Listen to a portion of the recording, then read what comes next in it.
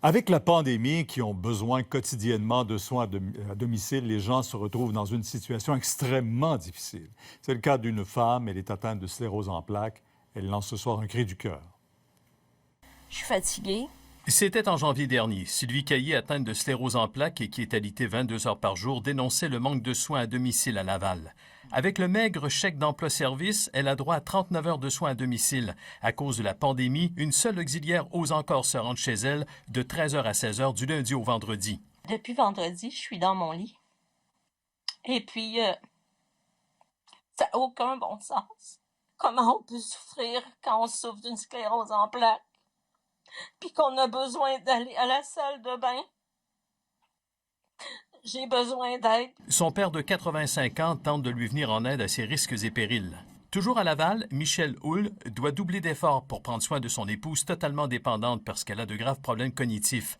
Il y a quelques jours, son fils, qui est aussi un syndicaliste qui s'occupe des auxiliaires à domicile, a appris une mauvaise nouvelle de la part du CLSC. On recevait environ 15 heures de service.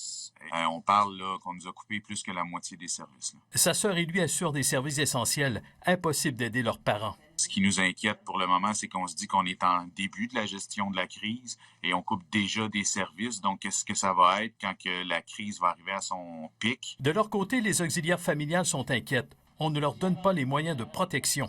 Les gants, le stérigel, parce qu'on ne peut pas se laver les mains partout où on va. Des fois, il n'y a même pas de savon dans les domiciles.